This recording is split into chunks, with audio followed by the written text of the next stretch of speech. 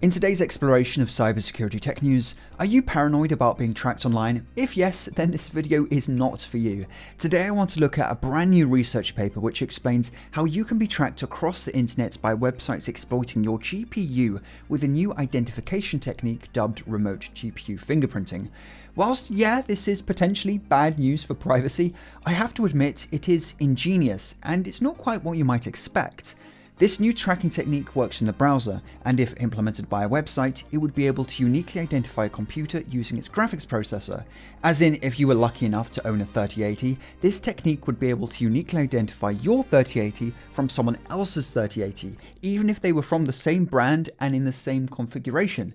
Think of it like using a GPU as a cookie. Just like a cookie saved in your browser can be used as an identifier to track you across browsing sessions, this method uses your GPU as that identifier. And it doesn't matter if that's a dedicated graphics card or even integrated graphics. But how does this work? Well, this is where it gets kind of clever. The researchers are taking advantage of WebGL, that's Web Graphics Library. It's an API used for rendering 3D graphics. It's often used by browser games and websites in order to, render 3D graphics. The researchers figured out that they could time how long it takes a browser to perform certain graphics rendering tasks, and then use this data to build a fingerprint of a specific graphics card. It sounds quite straightforward, because of course a computer with integrated graphics is going to be a lot slower than a dedicated GPU, their fingerprints will be quite different, and so you can quite easily tell them apart.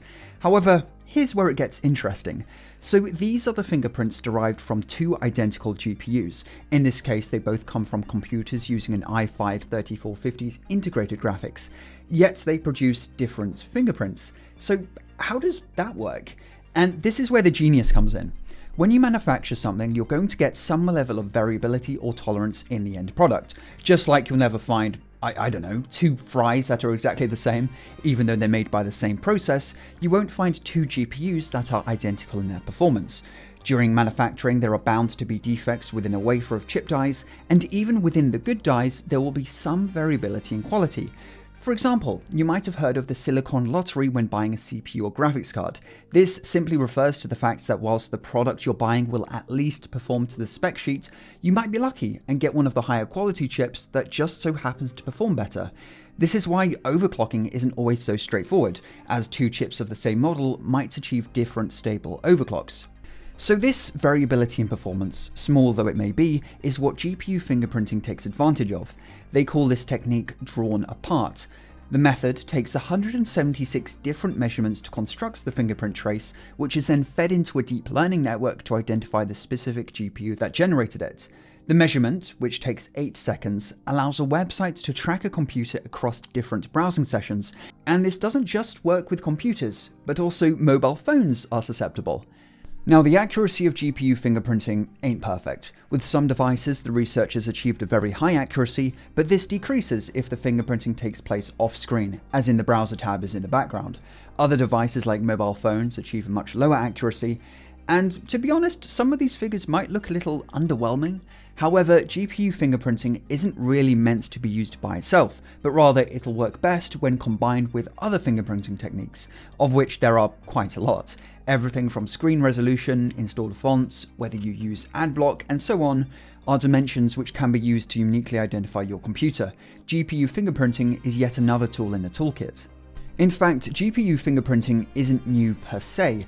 If you head over to amiunique.org, you can view a bunch of variables that can be used to track you, which I'm blurring out for obvious reasons, but you'll see a section for WebGL with a suspicious looking triangle.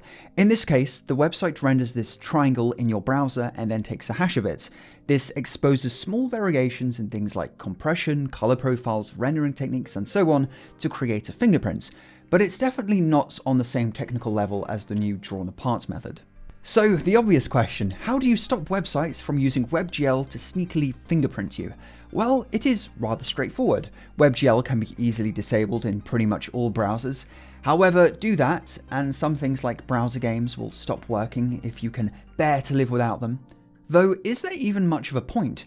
For so long as you keep JavaScript enabled, you will be signaling a plethora of variables which can themselves be used to fingerprint you all the same.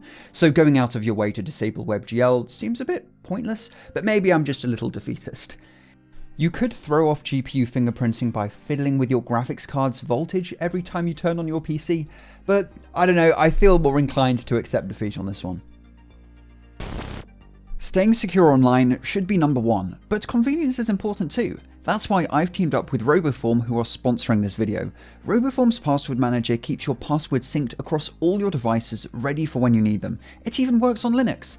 And only you hold the decryption key, so your plaintext passwords never touch RoboForm's servers. I've personally been using RoboForm every day for the past 6 months, because I think they strike the right balance between security and convenience.